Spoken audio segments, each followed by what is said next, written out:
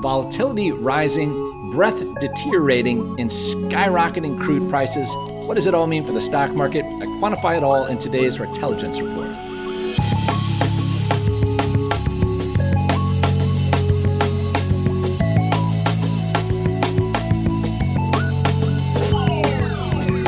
As a friendly reminder, everything in today's show is for informational purposes only. There is no investment advice given. All right, let's get into the show. Hey everyone, welcome. I'm Dave Bush. This is the All Markets Report where I quantify across asset classes with an eye to the week ahead. And this week, I'm really sticking to equities with a slight twist where I'm going to talk about large crude gains and what that means for equities. Let's get into it right now. All right, volatility was really the most noteworthy thing last week for the stock market in my mind. So let's go right to the CBOE Volatility Index. This is, of course, the VIX. And I've got a yearly chart of the VIX from its inception in 1990. Unfortunately, it was not in existence during the 87 crash. That would be fascinating. But at any rate, 1990 to the present, we have 36 full years of VIX. And the majority of years do hit 30 at some point, exactly 2 out of 3 years, 66.7% of years. We see the VIX at some point at least touch 30 or above. And a third of those years, all years, hits the 40 level. That's really pretty elevated VIX territory when you hit 40. Of course, it can go much higher. But you really see excessive stock market fear when you're at the 40 and higher. So again, a third of years, all full completed years, this does not include 2026, which is just underway, do hit that 40 level. And almost 1 in 5, 19.4%, hit the 50 level. Obviously, that is extreme fear. Again, it can go much higher, like in the Great Financial Crisis or in COVID. Both spiked well above that. But again, that is a super elevated level. And we have seen this in 2024, hit 50 and above. Same in 2025, last year.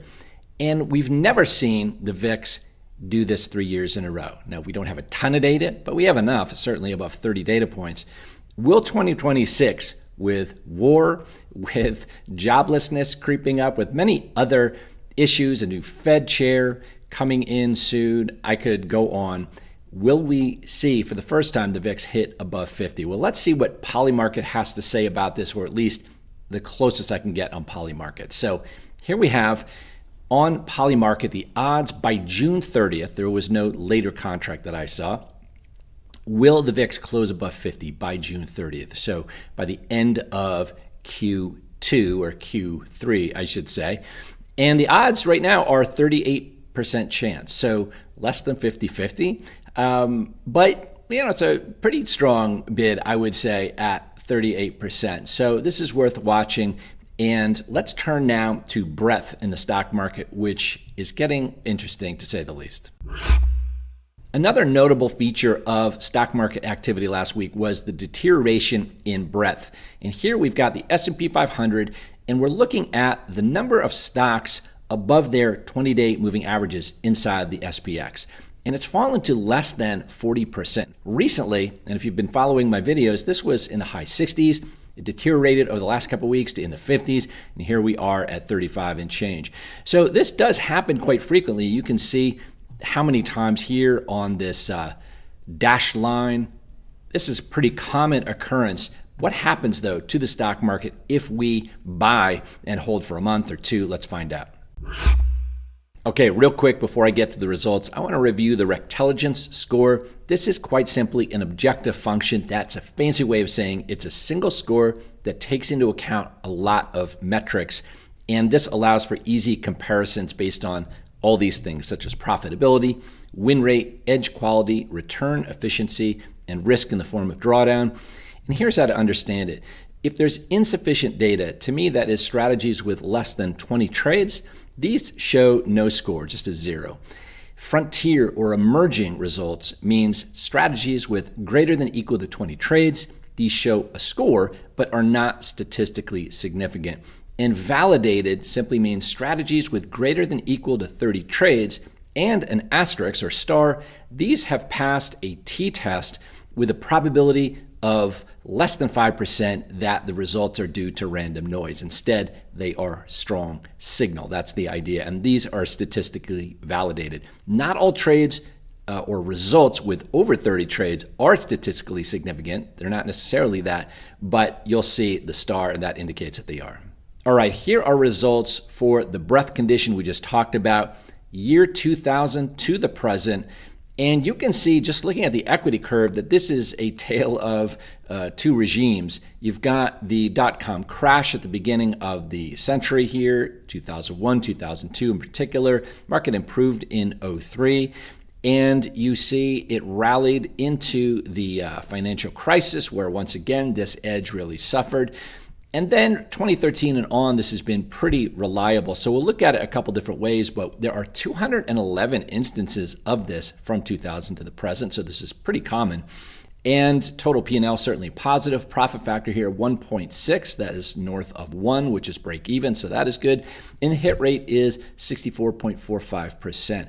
Now, the average trade with a 1-month hold based on this condition is pretty meager. It's 0.68%, but to me, this is more informative. It does tell me that there is usually upside in this scenario, and the REKTelligence score here is significant. This is statistically significant. We have a lot of instances, and this is positive in that sense, but 32.2 is a weak REKTelligence score. This is just telling me it's not a very good edge, and drawdown is pretty large. Let's look at a 2-month hold, and you can see the average trade does improve, 1.27%.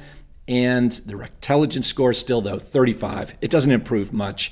And again, it's not a fantastic edge, but overall, on average, one should expect upside 1 month later and 2 months later based on this condition. Now, let's look at the more recent 2013 and on regime. I don't usually truncate and get rid of the bad data, but I did want to answer for myself, what's the drawdown look like in the more recent years where this has performed well? So that's why I did this. So again, 2013 to the present, same conditions, and we see the average trade now 2.97%. Obviously, it's going to improve. REKTelligence score is much better. And the drawdown, again, that's what I wanted to know, 28.62%. I'm looking on the far left, my real max drawdown. This is the best measure as opposed to TradingView's number, which interestingly, this is a little bit better than that number. But at any rate, beautiful equity curve in more recent times. Let's look at a 2-month hold and 2.25%, a little bit less. REKTelligence score, again, in the 50s. Drawdown a little bit worse. That makes sense with a longer hold time. And profitability is solid, 74.55%. I don't know if I looked at that on the last page. Profit factor, 2.6. So again, it's a nice looking edge. This has worked very well in more recent years, 2013 to the present. But overall, it's not a very robust edge. I'd like to see a REKTelligence score that is in the 70s or higher. We can't really talk about the stock market without once again talking about crude. Crude futures have skyrocketed. In fact, over the last 53 sessions in this blue box, you'll see crude has gained 64.79%. Again, just 53 sessions, amazing. So I want to know, how has the stock market fared when we've seen this in the past? Let's find out.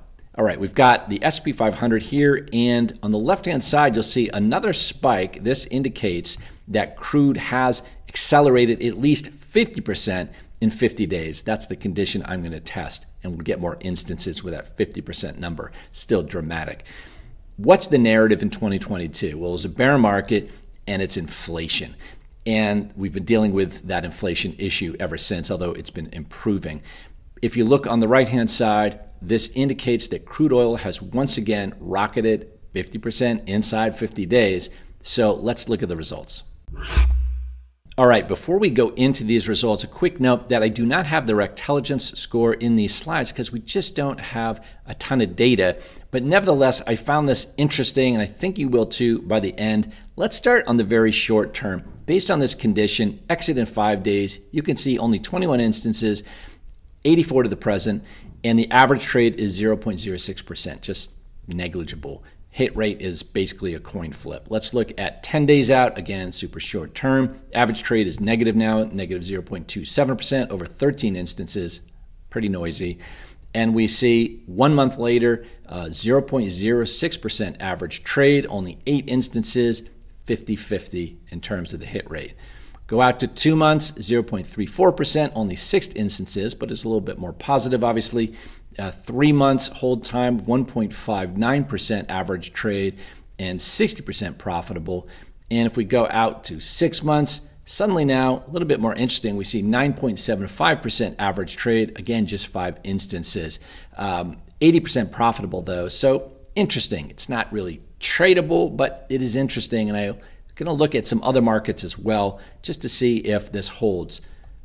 But first, 12 months, 1 year out after this rapid acceleration in crude prices, and the average trade for the SPX is 11.4%. And all of them have been profitable. Let's look at some other markets. And here is the RSP. This is the equal weight S&P. We only have data from 2004 to the present, but this shows 3 instances. 2 out of 3 have been profitable. Profit factor 8.718. So I looked at the equal weight because I wanted just to see, get rid of the weighting, get rid of that distortion, if you will, in the index. And broadly, market has done pretty well based on this in recent times, 2004 to the present. What about the Russell 2000, 1989 to the present is what we have here. 5 instances in the average trade 1 year later, or 12 months, 20.23%. Very nice, 5 out of 5. The NASDAQ composite, not the NDX, but the composite itself, 84 to the present. Average trade with a 12-month hold time, 23.27%. Again, just 5 instances, so not statistically validated. But again, this is holding across all these markets. And again, this is 5 out of 5, or 100% of the time. This has been higher a year later. So based on this, we can say that the tendency seems to be that the market is able to shrug off the crude acceleration. All right, everyone, thanks for watching this week's All Markets Report. I will be back Thursday with my Edge Report, where I quantify specific opportunities in a variety of asset classes, whether it's crypto, stocks, ETFs, and so on. Until then, trade smart, live well, and cheers from the Caribbean.